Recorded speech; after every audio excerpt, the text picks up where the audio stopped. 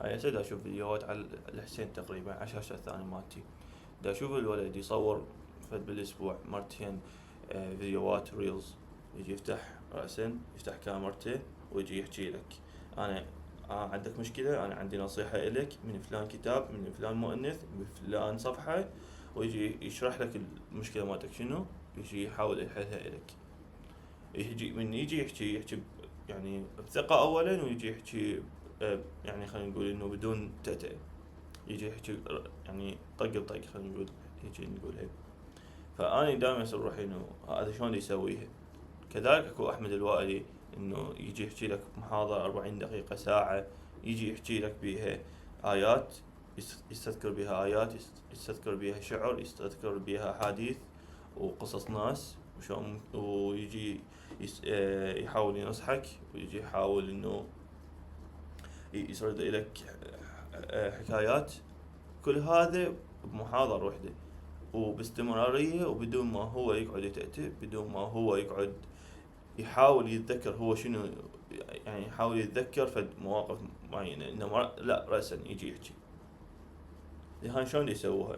يعني انا دائما انه اتمنى لو اكو واحد يجاوب على هالسؤال.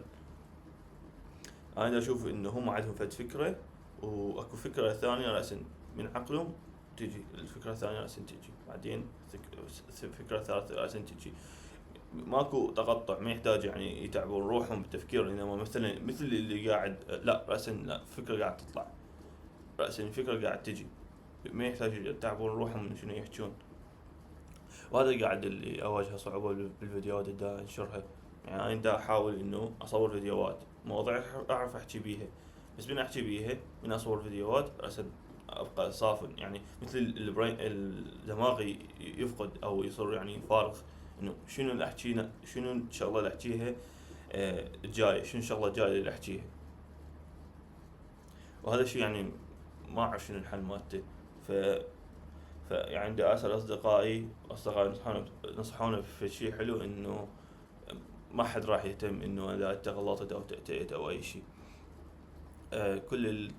يعني فكل اللي راح اسويه انه ابقى اصور فيديوهات، ابقى احكي.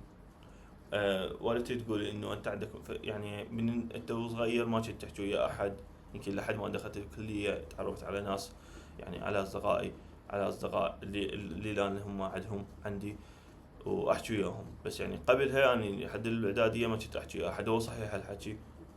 فيقول انه هاي كانت مشكلتك، انه هاي مشكلتك انه انت ما حاكي ويا احد، اكيد ما متعلم هذا الشيء. يعني ذول الناس اللي حكيت عنهم احمد الوالي وحسين تقريبا ممكن هم من هم صغار، يعني هم عندهم هاي انه يحجون، عندهم اصدقاء يحجون وياهم. ممكن انا ما حصلت هذا من كنت صغير، لهذا هاي المشكله عندي. مو ما حصلت هاي، انا اللي منعت نفسي عنها. فممكن انه اني راح ابقى اصور فيديوهات على مود احسن هذا الشيء. لان شنو الخيار الثاني مثلا؟ انه دائما ابقى روح بقفص، واجي اقول انه ما اطلع روح منه، لان انا ممكن اخاف الناس شنو تحكي عني. يعني ما اعتقد هذا الشيء صحيح. يعني لازم اني انه اسوي اي شيء على مود انه تكثر الفرص مالتي بالحياة.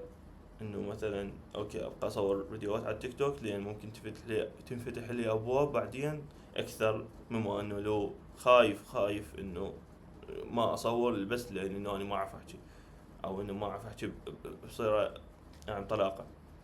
وممكن ان اني قاعد انه قاعد اخذ ناس انه يا مثل حسين تقريبا، انه يا ما اصير مثله يا اما اني كل شيء ما افتهم، او مستحيل راح اصير انسان ناجح. طبعا الانسان الناجح هذا يعني كل واحد عنده معايير انه شلون يصير انسان ناجح. فانا مو معايير انسان حسين تقريبا، انه معاييري انه اني بس انه من احكي بمواضيع احكي انه مثلا طلاق. شكرا ان شاء الله.